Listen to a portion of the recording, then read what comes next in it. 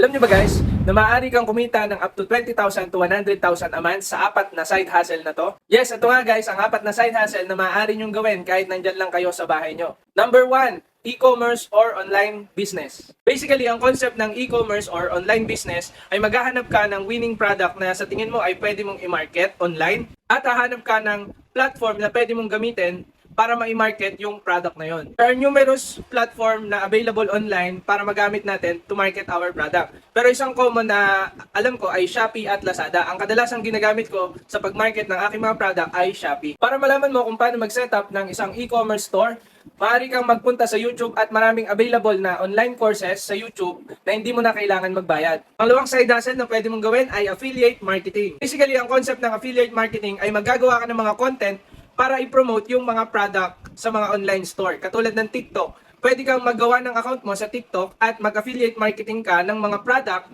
na binebenta sa mga TikTok store. Gawa ka lang ng content para i-promote yung isang specific product na yon. At kapag may bumibili sa'yo, through your link, ay bibigyan ka ng commission sa mga nabebenta mong product. Para matutunan mo mag-setup ng affiliate account, punta ka sa TikTok account ni Chinkitan at doon ay may tutorial siya kung paano mag-setup ng isang affiliate account. Tatlong side hustle na pwede mong gawin ay maging financial consultant. Sa pagiging financial consultant, unlimited din ang income potential. Dito nga lang ay kailangan mo mag-prepare ng 5,000 to 10,000 dahil merong mga preliminaries na gagawin para makapasok ka as financial consultant at meron ding exam na mangyayari para maging accredited kang financial consultant. There are several companies na naghahanap ng mga financial consultant.